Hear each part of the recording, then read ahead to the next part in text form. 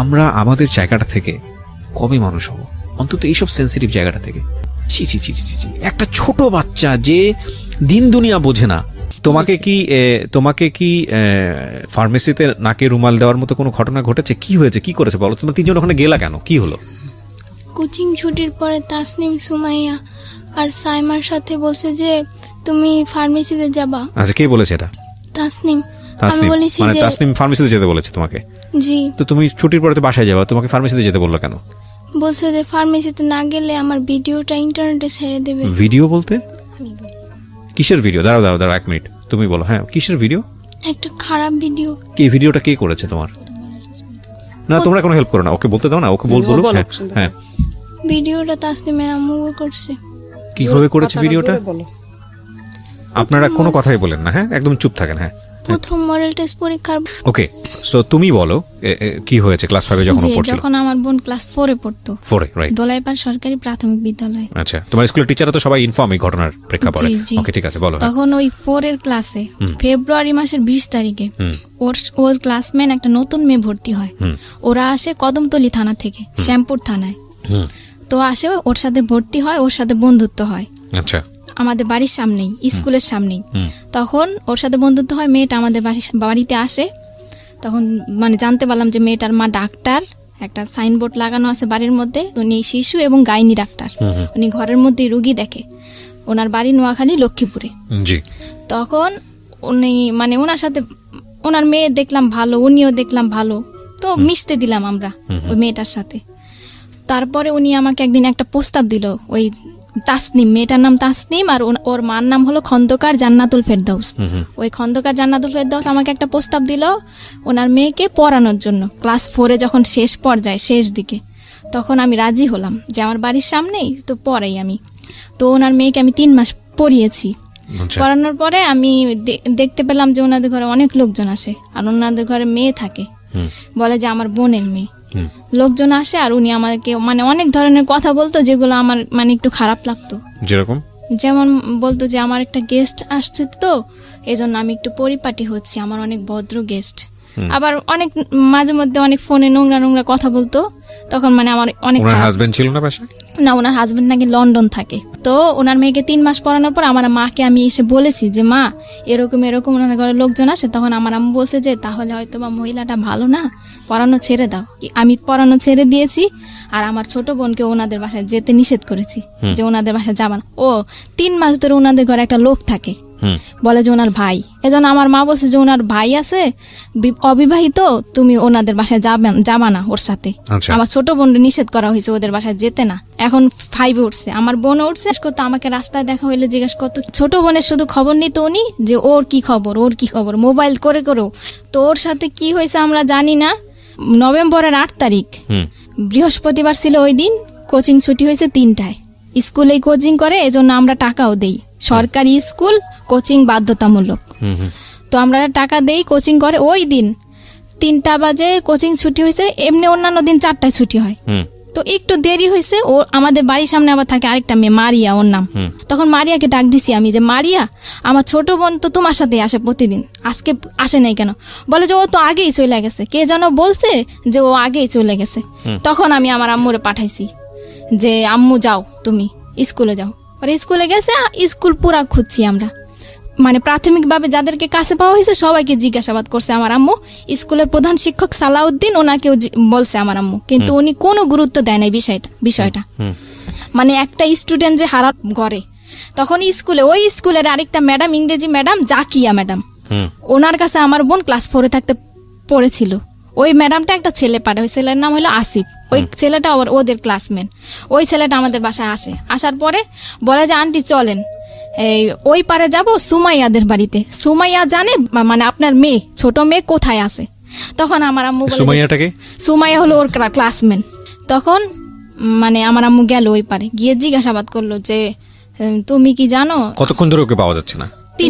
3টার থেকে 3টা বাজে ছুটি হয়েছে, ছুটির পরে থেকে 1 ঘন্টার মধ্যে পাওয়া যাচ্ছে না। ওই 1 ঘন্টার মধ্যে খোঁজাখুঁজি শুরু করেছেন? আমরা খোঁজাখুঁজি শুরু। তারপরে আমার আম্মু জিজ্ঞাসাবাদ করা হয়েছে, এই সুমাইয়ার পায়ে পর্যন্ত ধরছে। আমার আম্মু বলছে যে মা, তুমি যদি কিছু জানো আমাকে বলো মা, আমার মেয়েটা তো 1 মিনিটও দেরি করে না কোনোদিনও।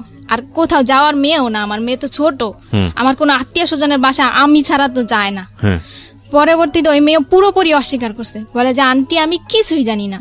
তখন ও বলছে আমার আম্মু আমাকে ফোন দিছে, তখন আমি বলছি যে তুমি পুলিশের ভয় দেখাও। ওর ক্লাসের কেউ না কেউ তো জানে ওর সম্বন্ধে কিছু, যে ও কোথায় যেতে পারে। তখন আর ওই মেয়েটাকে আমার সন্দেহ হয়েছে কেন, যে পুলিশ যখন আসবে, যখন ডান্ডার বাড়ি দিবে, তখন সত্যি কথা ঠিকই বলবা, মানে একটু ভয় দেখালো আমার আম্মু। ওকে কিন্তু আমরা সন্দেহ করি নাই, মানে এমনি প্রাথমিকভাবে জিজ্ঞাসাবাদ করলাম যে কিছু জানে কিনা। তখন ওই সুমায়ের আম্মু বললো যে পুলিশ আমাদের হারে থাকে, মানে ও মহিলা খারাপ ব্যবহার করলো। আর এর আগে তাসনিমকে কিন্তু প্রথম জিজ্ঞাসাবাদ করা হয়েছিল, আমি ভুলে গেছি তাসনিমকে, কারণ ও কিন্তু তাসনিমের সাথেই চলে। তাসনিমকে তাসনিমের মাও নাই। আমার আম্মু ফোন দিছে, আপা আপনি কোথায়? বলে যে আমি তো আমার মেয়ের নিয়ে সাবান ফ্যাক্টরি গলিতে রুম দেখতেছি। তারপরে উনি আসছে কিছুক্ষণ পর, আইসা আমাদের বাড়িতে আসছে উনি ওনার মেয়ের নিয়ে। আমাদের ঘরে যখন ঢুকছে ওনার মেয়ে আর উনি কিন্তু আমার মাকে কোনো সান্ত্বনা দেয় নাই, কোনো কথাও বলে নাই যে ভাবি চলেন আমরা থানায় যাই জিজি করি, কি চলেন আমরা কোনো বান্ধবীদের বাসায় খুঁজি। উনি কিন্তু কিছুই বলে নাই আমার আম্মুকে। আমার আম্মু তো নিচে পড়ে কান্না করতেছে, আর আমিও কান্না করতেছি। আর তাসনিমরে আমি এখন জিজ্ঞাসাবাদ করতেছি যে আপু তুমি কি কিছু জানো আপু, বলো আমারে। বলে যে না আপু আমি কিচ্ছু জানি না, ও ওদের ওই প্রেম গলিতে গেছে, আমি আমাদের গলিতে গেছি। তাসনিমকে আমি কেন সন্দেহ করেছি, এর মধ্যে একটা কারণ আছে। কারণ যখন মানে আমার ছোট বোন কোচিং এ বাসায় কিন্তু এসে খেয়ে আবার কোচিং এ যেত, কোচিং এ যাওয়ার সময় ওর ব্যাগ থেকে একটা চিঠি পড়ে গেছে। চিঠিটার মধ্যে 3টা মেয়ের নাম উল্লেখ ছিল, ফারিহা, রাজিয়া আর তাসনিম। চিঠিটা ও তাসনিমের কাছে লিখেছে, আমার বোন তাসনিমের কাছে লিখেছে যে প্রিয় তাসনিম, আশা করি ফারিয়াকে নিয়ে ভালোই আছো। আর রাজিয়ার নাম এই চিঠিটার মধ্যে কিন্তু কোনো ছেলের নাম উল্লেখ নাই, তাহলে আমরা কিভাবে সন্দেহ করি যে আমার বোন কোনো ছেলের সাথে যেতে পারে? তাসনিম কিন্তু লিখছে। তখন আমি চিঠিটার কথা গোপন রাখি, তাসনিমের কাছে বলি না যে আমি একটা চিঠি পাইছি, চিঠিটা আমি দেখাইও নাই। কিন্তু আমার পুরোপুরি সন্দেহ হয়েছে যে তাসনিমই জানে যে আমার বোন কোথায় আছে, আর তাসনিমের মাই নিছে আমার বোনকে। তখন আমি আমার মাকে আমি বলছি যে তুমি এখনই থানায় যাও, গিয়ে জিটি করো। কিন্তু আমার আম্মু থানায় যায়নি। তখন আমার আম্মু তখন কি করছে, আমার মানে আত্মীয় স্বজন সবাইকে ফোন দিছে, সবাই অলরেডি চলে আসছে। আসার পরে আমার বড় বোন মানে বড় খালার ছেলে একটা মাইক ভাড়া নিছে দোলাইপাড় ওই পারে 1 নম্বর গলি থেকে মাইক ভাড়া নিছে। ওই 1 নম্বর গলিতে কিন্তু আমার বোনটা ছিল, যেই জায়গা থেকে আমরা মাইক নিছি ওইখানেই আমার বোনটা ছিল। ওইখান থেকে কুতুবখালী 1 নম্বর গলি, 2 নম্বর গলি, ডিপটির গলি, কুতুবখালী, দোলাইপাড়, মিরাজির বাগ পুরা কিন্তু আমরা মাইক দিয়ে আলাস করছি। স্কুলের হেড স্যার কিন্তু কোনো পদক্ষেপ নেয় নাই, আর আমার আম্মুকে একটা ফোনও দেয় নাই, হেল্পও করে নাই। উনি কিন্তু বাচ্চাই পড়াইতেছে। স্কুল থেকে হারিয়ে গেছে কোচিং এর থেকে স্কুলে কোচিং বাধ্যতামূলক, জি বাধ্যতামূলক, এবং কি আমরা টাকা দেই। কোচিং করতে চাইতাম না, দুইটা বাইরেই তো ব্যাট দিয়া আমার বাচ্চা না সবার বাচ্চা। কোচিং না করলে বাচ্চাদেরকে কম নাম্বার দেওয়া হয় এবং ফেল করিয়ে দেওয়া হয় এবং বাচ্চাদের উপর টর্চার করা হয়। কি দুর্ধর্ষ, কি অমানবিক। এবং আমরা কবে আসলে এই জায়গা থেকে বেরোতে পারবো? না আমি আপনার বড় মেয়ের কাছ থেকে শুনতে চাই, আপনাকে আমি ফ্লোর দিব পরে আবার। হ্যাঁ বলেন। তারপরে আমার আম্মু গেল হেড স্যারের বাড়িতে। আবার হেড স্যারের বাড়িতে যাওয়ার পরে আমার আম্মু হেড স্যারের সাথে কথা বলতে চাইলো। হেড স্যারের দেখে যে বাচ্চা পড়াচ্ছে। তখন ওই মরিয়ম নামে একটা মেয়ে, ওই মেয়েটাকে আমার মা নিতে চাইলো যে মরিয়ম তুমি আমার সাথে আসো, তুমি তো চিনো তোমাদের ক্লাসের কারো না কারো বাড়ি, আমি যাবো তোমাকে নিয়ে। স্যার কিন্তু ওই মেয়েটাকে দিতে রাজি হয় নাই, যে না ও যেতে পারবে না, ও পড়ছে। তখন তাসনিমের মা উনি হেড স্যারের সাথে দরজা লাগায় কি যেন বলতেছে। আমার আম্মু কিন্তু দরজা ফাঁক দিয়ে দেখছে, কিন্তু তখনও কিন্তু আমরা জানি না যে স্কুলের প্রধান শিক্ষকও জড়িত, উনিও জানে, এমনকি ওই মহিলার কাছেই তো আমার বোনটা, কিন্তু আমরা তো আর জানি না যে ওনার কাছেই আছে। তখন আমার আম্মু এসে বললো যে এরকম হেড স্যার আর তাসনিমের মা কথা বললো, আমাকে কোনো গুরুত্ব দিল না, আর আমি একটা বাচ্চা নিতে চাইলাম, আমাকে তাও দেওয়া হলো না। হেড স্যার বলে যে দেখেন কোনো বান্ধবীর বাড়িতে গেছে কিনা, এটা বলছে হেড স্যার। আর কোনো গুরুত্ব দেয় না যে চলেন আমি যাই আপনাকে নিয়ে থানায়, কি আমি প্রত্যেকটা গার্জিয়ানের নাম্বারে ফোন দেই, কি আপনাকে একটা বাচ্চা দেই, আপনি যান খোঁজ করেন, কি প্রত্যেকটা গার্জিয়ান আমি ডাকাই, বাচ্চাগুলোকে আমি ডাকাই, কোনো পদক্ষেপ নেয় নাই উনি। তখন আমার আম্মু মাইক দিয়ে অ্যালাউন্স করার পর থানায় গেল, সাধারণ জিডি করলো একটা রাত্রে, তখন 10টা বাজে। সাধারণ জিডি করার পর শ্যামপুর থানা একটা সাধারণ জিডি করা হলো, কারো সন্দেহ করে না, মানে একটা সাধারণ হারানো একটা সাধারণ জিডি। যে আমাদের যে জিডির যে মামলার আজম এসআই আজম, ওনাকে আমার আম্মু নিয়ে আসলো গাড়ি নিয়ে, আমার মেজো খালা আমার মা গাড়িতে নিয়ে আসলো। আমার আম্মু সন্দেহ করলো, আমি বললাম যে আমি ওই মহিলাকে সন্দেহ করছি, যে ওই মহিলার মেয়ের সাথেই চলে, ওই মহিলাই জানে, ওই মহিলার মেয়েই জানে। যদি ওনারাও না নেয় তাহলে ওনারা জানে যে ও কোথায় আছে, কোথায় গেছে। তখন ওই মহিলাকে সন্দেহ করে আমি আমার মাকে পাঠালাম, রাত্রে 2টা বাজে গাড়ি নামায় নিয়ে আসছে, মহিলার বাসায় গেছে পুলিশ নিয়ে। তারপরে ওনার মেয়েকে মানে আমরা পুলিশ নিয়ে চাপ দিলাম, আর ওই খন্দকার জান্নাতুল ফেরদাউসকে চাপ দিলাম আমরা। তখন ওই মহিলা কিন্তু স্বীকার করেনি, আর মহিলার মেয়েও স্বীকার করেনি। তখন ওনার মেয়েকে আমরা মানে সন্দেহ করলাম ওনার বোনকে। ওনার বোন আবার থাকে পান্থপথ, আচ্ছা। ওই দোলাই পারেই পান্থপথ একটা মানে একটা স্থানের নাম, ওই স্থানে থাকে আর কি। আচ্ছা। তো ওইখানে ওনার মেয়েকে মানে আমরা চাইলাম যে তোমার খালার বাসায় হয়তো বা থাকতে পারে। ওকে। তখন ওনার মেয়েটাকে কিন্তু উনি একাই দিয়ে দিল। উনি কিন্তু কোনো আপত্তিকর মানে কথা বললো না যে না আমার মেয়েকে দিব না, আমি এত রাত্রে এতগুলা পুলিশের সাথে আমি কিন্তু দিব না আমার মেয়েকে। উনি কিন্তু ওনার মেয়েকে দিয়ে দিল আমার মার সাথে। আর আমার মা ওনার মেয়েকে নিয়ে এই রাত্রে 2টা বাজে ওর খালার বাসায় গেল। খালার বাসায় আর ওই গাড়ির মধ্যে ওনার মেয়েকে আমার মা কোলের মধ্যে রাখলো এবং বললো যে মা বলো, মা যদি তুমি কিছু জানো তাহলে বলো। কিন্তু ওনার মেয়ে কিন্তু কিছুই বললো না, যে না আন্টি আমি কিছুই জানি না। তখন ওর খালার বাসায় খোঁজা হলো, নেই, ওই বাসায়ও নেই। তখন ওই মহিলা আমার মাকে বললো, যখন ওনার মেয়েটাকে ফেরত দেওয়া হলো খুঁজে আসার পর, তখন মহিলা আমার মাকে বললো যে কাজটা কিন্তু আপনি ঠিক করেন নাই, মানে আমার বাসায় যে পুলিশ নিয়ে আসছেন কাজটা কিন্তু ঠিক করেন নাই আপনি। তখন আমার মা বললো যে আমি পুলিশ নিয়ে আসছি, একটু পর আমি র্যাব নিয়ে আসবো, মানে আপনার কাছেই আমার মেয়ে আছে, আপনিই জানেন। আমার মার তখন মাথা ঠিক ছিল না, বলছে। আর মেয়েটা কিন্তু উনার কাছেই ছিল। কিভাবে উদ্ধার হলো তারপরে? আমার মা চলে আসলো বাড়িতে। পরের দিন সকালবেলা শুক্রবার আমার আম্মু কিন্তু শুক্রবারে র্যাবের অফিসে গেল 2বার। এর মধ্যে আমার ছোট খালা মানে মিডিয়ার লোকদের খবর দিল, 71 চ্যানেলের একজন রিপোর্টার, আর টুটুল উনি বিজয় টিভির, আর দৈনিক দিন প্রতিদিনের পত্রিকা সকালবেলা ওই মিডিয়ার লোকদের সাথে ওই মহিলা অনেক খারাপ আচরণ করছে, এগুলো ভিডিও ফুটেজ ওই সাংবাদিকদের কাছে আছে। তারপরে ওই শুক্রবার সন্ধ্যা 7টায় আব্দুর রব নামের একজন লোক আসলো, এসে আমাদের দরজা টোকা দিল। সন্ধ্যা তখন 7টা।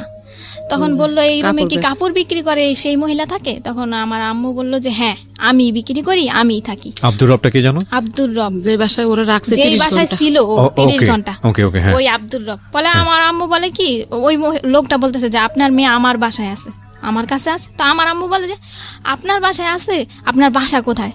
বলে যে আমি তো মেম্বরের বাড়িতে থাকি। তা আমার আম্মু বলে যে আপনার মেয়েটা আমার মেয়ের সাথে চলে গেছে, আপনি নাকি অনেকে মানে মারধর করেন মেয়েকে, আমার কাছে আশ্রয় চেয়েছে, আমি আশ্রয় দিয়েছি। ওনার স্ত্রীকে ফোন দিল, কোথায় তুমি? আসলো আমার বোনটাকে নিয়ে আসলো। আমার বোনটা কে 2টা পুরুষ লোক ধরে ধরে নিয়ে আসছে, আমাদের দোতলার ভাড়াটিয়ারা সবাই সাক্ষী। তখন সবাই মানে ওই লোকটা যে এসে বললো, সবাই কিন্তু দরজা খুলে ফেললো, সব কথাই। আমার বোনটা কাঁপতেছে, প্রচন্ড কাঁপতেছে, মানে যাকে দেখে তাকেই ভয় পায়, আর শরীরে অনেক জ্বর ছিল আমার বোনের। তখন লোকটা কিন্তু ঘরের ভিতরে ঢুকতে চাইলো না। আমার আম্মু অনেক কষ্টে আর আমি অনেক কষ্টে বললাম যে আঙ্কেল আপনাকে কিভাবে ধন্যবাদ জানাবো, আপনি একটু বসেন, কিছু খান আপনি। লোকটা কিন্তু ঢুকতে, এই মহিলা তোর বাচ্চাটা ফেরত দেওয়া কি আমার অপরাধ হইলো? মানে উনি কি আবল তাবল কথা বলতেছে। তখন ওনাকে বসালাম। আমার আম্মু বলে যে আমার গার্জিয়ান আসবে, আমার গার্জিয়ানের বুঝিয়ে দিবেন আমার মেয়েকে। তখন আমরা মিডিয়ার লোকদেরকে খবর দিলাম, ওই যে মামারা আমাদেরকে সান্ত্বনা দিয়েছিলাম, এমনকি কোনো সাহায্য করে নাই। ওই খন্দকার জান্নাতুল ফেরদৌস আমার বোন ঘরে ঢুকার 5 মিনিটের মধ্যে উনি এসছে 3টা মেয়ে নিয়ে। উনি কিভাবে জানলো যে আমার বোনটা ঘরে আসছে? বড় বড় 3টা মেয়ে, 3টা মেয়ে নিয়ে আসছে। 3টা মেয়ে এসে মানে আমার মার সাথে ঝগড়া শুরু করছে যে কেন আমার মা পুলিশ নিয়ে গিয়ে ওই মহিলার বাসায় খুঁজতে গেছে। তখন আজম যে কেসের যে উনি বলল যে আপা দেখেন, আপনার মেয়ে যদি হারানো গেত তাহলে আপনিও খুঁজতে আসছেন, ওনার মনের অবস্থাটা আপনি বুঝেন। তখন খন্দকার জান্নাতুল ফেরদৌস বললো আমি আজকে অ্যাকশন নিব, আমার মান ইজ্জত কিছু রাখে নাই, পুলিশ নিয়ে আমার বাড়িতে গেছে। এই পরে আজম বলল যে দেখেন আপনি বাচ্চা নিয়ে বড় কথা বলবেন না, আর ওনার মনের পরিস্থিতিটা বুঝেন, আপনি কি অ্যাকশন নেবেন, এইগুলা কোন ধরনের কথা বলতেছেন? মানে আমি যেটা বুঝতে পারছি তখন পর্যন্ত আপনারা কেউ জানেননি যে ওর সাথে কি হয়েছে। ও জানে সব। আপনারা নরমালি যেটা জানেন যে ঠিক আছে মানে বাচ্চা পাইছি, সুতরাং এটাই অনেক বড় কিছু। হ্যাঁ বলেন। তারপরে কথাবার্তা শেষ করে ওই 3টা মেয়ে কিন্তু ঝগড়া করছে, আর বাড়ির ভাড়াটিয়াদের গেট টোকায় আমার আম্মুর নামে খারাপ খারাপ মন্তব্য করেছে, এমনকি ঘরের মধ্যে আমার আম্মুর সাথে ঝগড়া করছে, গায়ের মধ্যে হাত তুলতে পর্যন্ত আসছে। রাজিয়া, সুরমা জাহান রাজিয়া, মহিলার যে সহযোগী ফার্মেসিতে কাজ করে, ওই রাজিয়া মহিলা কিন্তু কোনো কথা বলে না, ওই 3টা মেয়েই কথা বলতেছে। আর মিতু আসছে, মিতু নাকি ওনার বোনের মেয়ে। মিতু এসে বলতেছে যে গণতান্ত্রিক বাংলাদেশে বিনা কারণে কাউকে জেল খাটানো যায় না, এখানে কিন্তু কোনো জেল খাটানোর কথা ওঠে না। ওনারা কিন্তু নিজে যাই হোক, নিজে একটা একটা আওয়াজ হচ্ছিল, হ্যাঁ তারপরে কি হলো? হ্যাঁ তারপরে ওনারা সবাই চলে গেছে, কেসের আয়ও চলে না স্যার আইছে হেড স্যার স্কুলের প্রধান শিক্ষক আসছে এখন। আচ্ছা আচ্ছা প্রধান শিক্ষক এসে বলতেছে যে এই মেয়ের মা মেয়েকে অনেক অত্যাচার করে, মেয়ে আমার কাছে অনেক দিন বলছে স্কুলে, এই মেয়ের মা মেয়েকে এত অত্যাচার করছে যে মেয়ে চলে গেছে অন্যদের বাড়িতে। তখন হেড স্যার ওকে গিয়ে ধমকাচ্ছে ভিতরের রুমে যে এই মেয়ে, মানে ওকে নাম ধরে বলতেছে যে তুই কার সাথে গেছিস। তখন ও বলছে যে তাসনিম, বলে যে কশাকার তাসনিম না খশাকার তাসনিম। এই প্রশ্নটা ওকে 3 বার করা হয়েছে, ও কিন্তু বলছে যে কশাকার তাসনিম। আর হেড স্যার কিন্তু জানে যে ও তাসনিমের সাথে চলে, আর খশাকার তাসনিম নামের কোনো মেয়েই নাই। তখন ও, ওকে ধমকানো okay. হলো, ধমকানো চোখ হলো, গরম দিছে। কিন্তু আমরা কিন্তু তখন বুঝি নাই। ওকে চোখ গোরানি দেওয়া হয়েছে আমার সামনে আর আমার 2 খালা আমার নাম কবি না কিন্তু মানে ওকে চোখ গড়ানি দেওয়া হয়েছে, আমরা কিন্তু বুঝি নাই যে কেন ওকে চোখ গরম দিচ্ছে। স্যার চলে গেছে, সবাই চলে গেছে। তখন পত্রিকার একজন লোক ছিল, আমার ছোট খালা ছিল। হ্যাঁ। তখনই আমার বোনের অবস্থা, শারীরিক অবস্থা, না, তখন স্যারের জ্বর তখন দেখছে। মিডিয়ার লোকের একটা মানে একটা জমানবন্দি স্যারের নিল কপাল ওর হাত কাছ দিয়ে থেকে। দেখছে জ্বর অনেক। ওর কাছ থেকে জমানবন্দি দিল, মানে ওই মুহূর্তে ও যা বলেছে আমি তাই বলতেছি। হ্যাঁ। ও বলল যে তোমার সাথে কি কি ঘটেছে। তখন ও বলছে যে তাসনিম, সাইমা, সুমাইয়া এই 3 জনই ওদের ক্লাসে পড়ে। এই 3টা মেয়ের সাথে কোচিং ছুটির পরে আমি গেছি খন্দকার জান্নাতুল ফেরদাউসের ফার্মেসিতে যাওয়ার পর মহিলা একটা রুমালের মধ্যে কি দিছে আমি, তারপর আমার আর কিছুই মনে নেই। পরের দিন সকালবেলা আমি উঠে দেখি যে আমি আব্দুর রবের বাড়িতে, ওই যে সাইমাদের বাড়িতে। ওকে, সাইমার বাবা কিন্তু বাট আব্দুর রব। এতটুকু আমি ওর মুখ থেকে শুনতে চাই, মানে আপনার পাশে যে আপনার বোনটা বসে আছে, ছোট বোন, ওকে একটু মাইক্রোফোনটা দেন।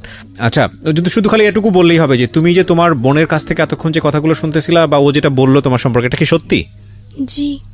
আর ওর এই বেলা আপনি চুপ থাকেন, আপনি আমার সাথে কথা বলতে দেন, আপনার ইন্টারপ্রেট দরকার নাই। একটা যেটা হচ্ছে যে তোমার নামটা তুমি বলিনি, হ্যাঁ তুমি আমার সঙ্গে একটু গল্প করো। আমি অনেকক্ষণ ধরে তোমাকে অবজার্ভ করছি, তোমার মানসিক অবস্থা খুবই খারাপ এবং তুমি ভেঙেও পড়েছো অনেকখানি। তোমাকে কি ফার্মেসিতে নাকে রুমাল দেওয়ার মতো কোনো ঘটনা ঘটেছে? কি হয়েছে, কি করেছে বলো? তোমরা 3 জন ওখানে গেলা কেন, কি হলো? কোচিং ছুটির পরে তাসনিম, সুমাইয়া আর সাইমার সাথে বলছে যে তুমি ফার্মেসিতে যাবা। আচ্ছা, কে বলেছে এটা? তাসনিম। আমি তাসনিম, বলেছি মানে যে তাসনিম ফার্মেসিতে যেতে বলেছে তোমাকে? জি। তো তুমি ছুটির পরে তো বাসায় যাবা, তোমাকে ফার্মেসিতে যেতে বললো কেন? বলছে যে ফার্মেসিতে না গেলে আমার ভিডিওটা ইন্টারনেটে ছেড়ে দেবে। ভিডিও বলতে কিসের ভিডিও? দাঁড়াও 1 মিনিট, তুমি বলো। হ্যাঁ, কিসের ভিডিও? একটা খারাপ ভিডিও। কি ভিডিওটা কে করেছে তোমার? না তোমরা কোনো হেল্প করো না, ওকে বলতে দাও না, ওকে বলবো। হ্যাঁ হ্যাঁ, ভিডিওটা তাসনিমের আম্মু করছে। কিভাবে করেছে ভিডিওটা? আপনারা কোনো কথাই বলেন না, হ্যাঁ একদম চুপ থাকেন। হ্যাঁ, প্রথম মডেল টেস্ট পরীক্ষার তখন এরকম কয়েকদিন হয়েছে। আর ওই যে ও যে খাবারটা খাইলে যে মাথা ঘুরাইতো, কিছুই মনে থাকতো না। তারপরে যখন ওর জ্ঞান ফিরে আসতো তখন তাসনিম বলতো যে চলো চলো স্কুলে যাই। ও কিন্তু ওর মধ্যে 4 দিন দেখছে স্কুলের প্রধান শিক্ষককে, তাসনিমকে ও বলতে পারে না গুছিয়ে। আপনি তো বুঝতে পারছেন। না আমি এখানে একটা কথা বলি, গুছিয়ে না বল, আমাকে একটু চেষ্টা করতে দেন। আপনারা 2 জন মিলে যেভাবে ইন্টারাপ্ট করছেন তাতে তো গল্প বলতে দেবেন, আপনারা একটা শব্দও করবেন না। ওকে, 2 জন মিলে একটা শব্দ করবেন না। আমি একটু ওর সঙ্গে কথা বলি প্লিজ। আমি বুঝতে পারছি আপনারা 2 জনই খুবই উত্তেজিত এবং যে ঘটনা ঘটেছে সেটা সেই জায়গাটা থেকে আসলে আপনারা প্রত্যেকেই হয়তো চাচ্ছেন যে প্রত্যেকটা ঘটনা এখানে পুঙ্খানুপুঙ্খভাবে সবাই জানুক। আপনারা চাচ্ছেন এটা, আমি 2 জনই চাচ্ছেন। তো তাহলে বিষয়টা আমার উপরে ছেড়ে দেন। হ্যাঁ যান, আপনি আমার উপরে ছেড়ে দেন, আমি ওকে ওর সাথে কথা বলে যতটুকু পারি আমি ওর সাথে একটু জানার চেষ্টা করি। মাইক্রোফোনটার সামনে দেন। হ্যাঁ, এই যে তোমাকে যেটা খাওয়াতো চানাচুর বা যেটা বলো বিস্কিট বা যেটাই বলো না কেন, এটা খাওয়ানোর পরে তুমি জানতা না যে কি হচ্ছে তোমার সঙ্গে, তাই কি? জি। আচ্ছা, এই ভিডিওটা তোমাকে দেখিয়েছিল কবে? মানে 15 দিন আগে। হারানোর 15 দিন আগে। 15 দিন আগে দেখে কি বলেছিল? বলেছিল এটা যদি কারো কাছে বলো তাহলে ইন্টারনেটে ছেড়ে দিব। তুমি তাহলে বুঝতে পারছিলা যে তোমার সঙ্গে কি হচ্ছিল? জি। তারপর আর ওদের বাসায় যাইনি 15 দিন। কি? ও ওকে, মানে এটা কি তোমার সঙ্গে এরকম রেগুলারই হতো? 2-1 বার হয়েছে নাকি একবার হয়েছে? এই ভিডিওটা করার সময় শুধু একটাই হয়েছে নাকি এর আগেও এরকম কন্টিনিউ করতো ওরা এই কাজগুলা? সেটা আমি জানি না আমার সাথে কি হতো, কিন্তু ভিডিওটা দেখার পরে বুঝতে পারছি আমি কিছু একটা হতো তোমার সঙ্গে। জি। এবং এটা দেখার পরে তুমি ছেড়ে দিয়েছো যে তুমি আর ওদের বাসায় যাও নাই? জি। আর আচ্ছা। ওই বাসায় আমি হেড স্যারকে 4 দিন দেখছি, আমাদের স্কুলের প্রধান শিক্ষককে। আপনারা কেন কথা বলতেছেন? আপনারা কথা বলতে তাহলে তার বড় দরকার নেই এখানে। আপনি তোর সঙ্গে কথা বলতেছি না, আপনারা কেন? আপনারা কি উত্তেজিত অনেক বেশি? আমাকে একটু ফ্লোর দেন না, আমি কথা বলি প্লিজ। কেউই কোনো কথা বলবেন না। আমার যেটা জানার দরকার সেটা আমি ওর কাছ থেকে বের করে নিব, ঠিক আছে? ওকে, হ্যাঁ বলো, তুমি বলো, তুমি তোমার মতো করে বলো না, যা হয়েছে বলো। হ্যাঁ, কি হয়েছে বলো। হেড স্যারকে আমি 4 দিন দেখছি। 2 দিন দেখছি ওনাদের বাসায় হাসাহাসি করতেছে তাসনিমের আম্মুর সাথে, আর 2 দিন দেখছি গোসল করতে। হেড স্যারকে গোসল করতে দেখেছো ওই বাসাতে? জি। আচ্ছা, তো তুমি যখন এই ধরনের একটা ঘটনা তুমি ওই বাসার মধ্যে, তুমি তো বুঝতে পারছিলে যে কিছু একটা হচ্ছে যেটা হওয়া উচিত না, তাই না? কিছু কি বুঝতে পারতেছিলা যে কিছু একটা হচ্ছে? হেড স্যারকে তো এই বাসায় দেখার কথা না, তুমি কি বুঝতে পারতেছিলা বিষয়টা, নাকি মনে হচ্ছিল যে ঠিক আছে দেখছি ঠিক আছে? তোমার মনে হয়নি যে এই বিষয়গুলো গিয়ে বাবা মার সঙ্গে কথা বলি, মাকে জানাই বা আমার বড় বোনকে জানাই, এটা মনে হয় নাই? কি মনে হয়েছে যে জানালে কোনো সমস্যা হতে পারে, বা ওদেরকে জানালে বকাঝকা করতে পারে, মার দিতে পারে, এরকম কিছু কি? না, তাহলে জানাওনি কেন? আমি মানে আর কি আমার অনেক চাপ ছিল। কি ধরনের চাপ বলো তো? তোমার মা যদি তোমাকে বকাঝকা করে, এটা বলতে কোনো সমস্যা নাই, পৃথিবীর সব মাই তার বাচ্চাদেরকে শাসন করে, টেনশন করার কোনো কারণ নাই, ঠিক আছে? তুমি আমাকে দিল খুলে বলো, হ্যাঁ, মন খুলে বলো, কি হয়েছে তোমার সঙ্গে, কিসের চাপ ছিল? আমি সকালে 9টার দিকে স্কুলে যেতাম, স্কুলে ক্লাস করে 2টা বাজে ছুটি দিত। জি। ছুটি দেওয়ার পর বাসে যেতাম, খাবার খেয়ে তারপরে 3টা বাজে আসতাম, 4টা বাজে ছুটি দিত কোচিংয়ে। আচ্ছা, তারপর আবার হেড স্যার একজন শিক্ষক টিচার খুঁজে দিছে, হ্যাঁ, তার কাছে পড়তাম 7টা থেকে 8টা পর্যন্ত 1 ঘন্টা। আচ্ছা, তারপর আবার বাসায় পড়তাম, কোনো বলার সুযোগ ছিল না। আচ্ছা। আর এছাড়া আমি আমার মাকে বলছিলাম যে আমার পেটে নিচে প্রচুর ব্যথা করে, আমার আম্মু বলে যে গ্যাস্ট্রিকের ব্যথা, এই কারণে। তার মানে তোমার সঙ্গে যখন এই ঘটনাগুলো ঘটতেছিল, যখন তুমি বুঝো না বিষয়টা, তখন তুমি বাসায় বলেছো যে তোমার এটা ব্যথা করে, কিন্তু তোমার মা এই জিনিসটাকে বেশি আমলে নেয়নি, তাই কি? জি। আচ্ছা, তারপর কি হলো? ঠিক আছে, গ্যাস্ট্রিকের ব্যথা, কোনো ট্যাবলেট দিয়েছিল? হ্যাঁ, গ্যাস্ট্রিকের ট্যাবলেট দিয়েছিল, বলেছিল এটা খেলে হয়তো তোমার ব্যথা সেরে যাবে। আচ্ছা, তারপরেও ব্যথা সারেনি, প্রচুর ব্যথা করতো। তুমি কি কখনো এরকম মনে হয়েছে, ভয়ঙ্কর মনে হয়েছে, এরকম কোনো বিষয় কি তুমি দেখেছো কখনো, নিজে থেকে অবজার্ভ করেছো কখনো? না। এরকম কোনো কিছু অবজার্ভ করনি। এখানে একটা নোটিস করার মতো বিষয় আছে প্রিয় শ্রোতা, সেটা হলো যে যাকে ওনারা অ্যাকিউজ করছেন, আমি কিন্তু আবারও বলেছি, অনুষ্ঠানের শুরুতেই বলেছি, এটা এখন পর্যন্ত প্রমাণিত না, যাকে ওনারা অ্যাকিউজ করেছেন তিনি একজন ডক্টর ছিলেন, তথাকথিত ডক্টর, যেটাই বলি না কেন, কোনো পত্রিকার রিপোর্ট এসছে উনি একজন ভুয়া ডাক্তার, তো উনি একজন ফার্মাসিস্ট ছিলেন, যাই থাকুক না কেন। সুতরাং এই ধরনের বিষয়গুলো সম্পর্কে ওনার মোটামুটি একটা ভালো দখল ছিল। তো তোমাকে ভিডিও দেখানোর ভয় দেখাচ্ছে 15 দিন আগে, এই ভয়টা ওরা কেন দেখিয়েছে? সেটা আমি জানি না। না, কিন্তু তোমাকে ভয় দেখালে তো কোনো একটা কারণে দেখাতে হবে। আগে তুমি ওদের বাধ্য ছিল না বা কিছু? তোমার বড় বোনের বোধহয় বলতে যাচ্ছে, কিসের কারণে ভয়? মানে ভিডিওটা কেন দেখাইছে, যে ওই তাসনিমকে প্রশ্ন করছে যে তোমাদের বাড়ি খাবার খেলে আমার কেন এমন লাগে, হ্যাঁ, তখন কিন্তু ও বলছে যে তোমাদের বাসায় আমি আর যাব না। আচ্ছা, এই না বলছে যে যাবে না, এজন্য ওকে ফার্মেসিতে ডেকে নিয়ে ভিডিওটা দেখাইছে আর বলছে যে তুমি আমাদের কথা শুনতে বাধ্য। ও, তার মানে বিষয়টা হচ্ছে অনেকদিন ধরে ওর সঙ্গে হয়েছে। জি। সো ও নোটিশ করেছে আপনাদের বাসাতে যে আমার তলপেটে ব্যথা করছে, যেটা খুব আমি স্বাভাবিকভাবে আমরা বলতাম যে তুমি হাত ধো না আর তুমি পানি খাও না, এজন্য তোমার পেটে ব্যথা করে। আর প্রচন্ড পেটে ব্যথা কান্না করতো। আজকে খেয়াল রাখেন এই সেন্টেন্সগুলা, এই বিষয়গুলা প্রিয় শ্রোতা, আমি বারবার আপনাদেরকে বলছি যে আমি বহুবার রেডিওতে এই জিনিসগুলো খুব ডেডলি, খুব সাহসের সঙ্গে উপস্থাপন করেছি। আমি জানি না বাংলাদেশের কোনো গণমাধ্যমে এতটা মানে ডেডলি কোনো সোশ্যাল ইস্যু, কোনো ফ্যামিলি ইস্যু কখনো আসে কিনা। আমি সেজন্য সমালোচিত হয়েছি বিভিন্ন জায়গাতে, সোশ্যাল মিডিয়াতে অনেক উল্টাপাল্টা কথাও বলা হয় আমাকে নিয়ে, আমি বাট সেটার জন্য আমার কোনো কনসার্ন নেই। বাট আমি আপনাদেরকে বলি যে শিশু যৌন নির্যাতন বা সেক্সুয়াল অ্যাবিউজ, এটার যে মানে রেট কতটা ভয়াবহ সারা দুনিয়াতে, বাংলাদেশে তো অবশ্যই। কোনো শিশু যদি কোনো পার্টিকুলার বিষয় নিয়ে কোনো কথা বলে, শরীরের কোনো একটা পার্টিকুলার বিষয় নিয়ে, সেটাকে এই যে ওনারা যেভাবে মানে উড়িয়ে দিয়েছেন যে ঠিক আছে তুমি হাত ধো না সেজন্য তলপেট ব্যথা করে, তুমি ঠিকমতো খাওয়া দাওয়া করো না, তোমার গ্যাসের প্রবলেম, কিন্তু এই সামান্য ঘটনা যেটাকে সামান্য মনে করছে, সেটা যে কত অসামান্য এবং কত ভয়ানক রকমের সমস্যা হতে পারে এই সামান্য ব্যথার পেছনে, এটা যদি পরিবার আগে থেকে খেয়াল করতো তাহলে হয়তো এই মেয়েটার জীবনে এরকম দিন হয়তো বা আসতো না। আমি একটু সামনের দিকে আরেকটু আগাতে চাই। তো তুমি বলো, ওকে দেন, ফার্মেসিতে নিয়ে যাওয়ার পরে তোমার কি মনে আছে যতক্ষণ পর্যন্ত তোমার সেন্স ছিল, কি করা হয়েছে তোমার সঙ্গে একটু বলো তো? ওই রুমাল ধরা পর্যন্ত কি কথাবার্তা হচ্ছিল তোমার সঙ্গে? একটা হলো তোমাকে ভিডিও দেখালো, ভয় দেখায় তোমাকে ফার্মেসিতে নিল, তো ফার্মেসিতে যাওয়ার পরে তোমার সাথে কি কথাবার্তা হচ্ছিল যতটুকু তোমার মনে আছে সেন্স হারানোর আগ পর্যন্ত? ওকে দেন। আমরা 3 বান্ধবী মিলে ফাইজলামি করতেছিলাম, আন্টি কি যেন একটা করতেছিল, রাজিয়া জাহান সুরমা যে ওদের ফার্মেসিতে কাজ করে মেয়েটা, ওই মেয়েটার সাথে উনি কথা বলতেছিল। 3-4 মিনিট পরে দেখি উনি একটা রুমালের মধ্যে কি যেন দিতেছে, তো আমি জিজ্ঞেস করছি আন্টি কি করেন, তা বলে কি চুপ করো একটুখানি বসো। তারপর আমার নাকের ভিতর ধরার পরে আমার আর কিছু মনে নেই। তোমার এই নাকের ভেতর ধরার পরে যখন তোমার সেন্স ফিরছে, ফার্স্ট মেমোরিটা কি? প্রথম তোমার কি মনে আছে? কি দেখছো তুমি ঘুম থেকে ফেরার পরে? কি মনে আছে? কিছু মনে আছে? হ্যাঁ, কি সেটা? আমি ওখানে আমি যখন নাকি ঘুম থেকে উঠি তখন দেখি সাইমাদের বাসায়। সাইমাটাকে তোমার বান্ধবী?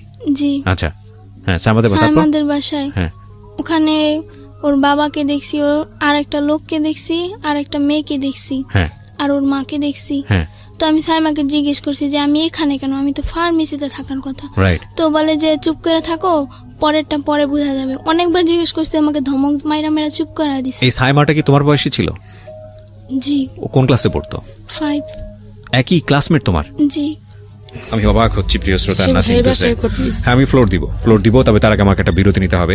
আপনারা সবই ফেসবুকে দেখতে পাচ্ছেন, আমরা স্টুডিও থেকে আছি ফেসবুক লাইভে, বাট আমি বারবার আপনাদেরকে বলছি এটা একটা অমীমাংসিত সত্য। আমরা সত্য মিথ্যা আপনাদের উপরে ছেড়ে দিয়েছি। এই মামলাটি কোর্টে জাজমেন্ট অবস্থায় রয়েছে। ওনারা যে বক্তব্য দিচ্ছেন সেটা আমরা জাস্টিফাই করব না, সেটা জাস্টিফাই করার দায়িত্ব হচ্ছে কোর্টের।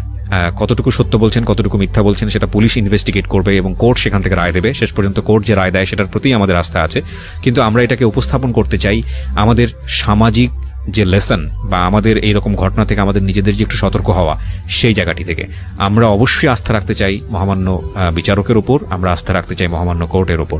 আমরা এটাকে একটা এভিডেন্ট হিসেবে উপস্থাপন করছি না, আমরা কাউকে এখানে অ্যাকিউজ করছি না। ওরা যা বলছে সেটা যে 100% সত্য সেটাও আমরা দাবি করছি না। সেই দাবিটা সে নিরূপণ করার দায়িত্ব হচ্ছে কোর্টের, যেটা আমি অনুষ্ঠানের শুরুতে এই ডিসক্লেমার হিসেবে আপনাদেরকে বলেছি।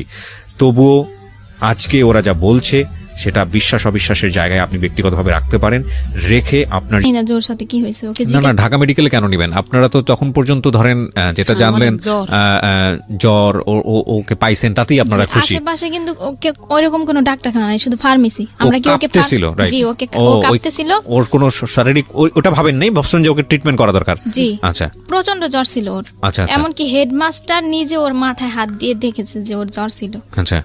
তখন ওকে আমরা ঢাকা মেডিকেল নর্মালে নিলাম আর কি।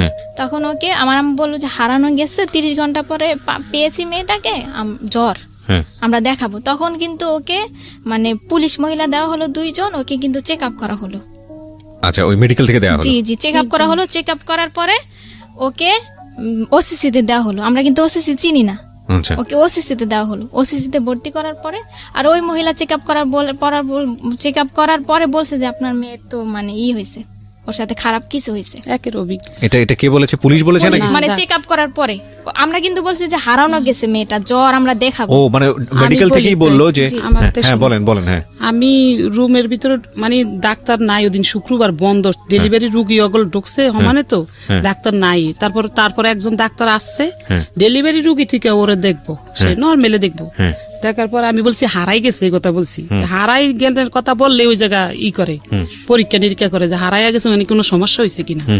তখন মহিলা পুলিশ দিচ্ছে একজন আর পুরুষ পুলিশ 2 জন। এই 2-3 জন আমাদের সাথে এই 11টার থেকে 3টা পর্যন্ত দাঁড়াই ছিল। দাঁড়াই থাকার পরে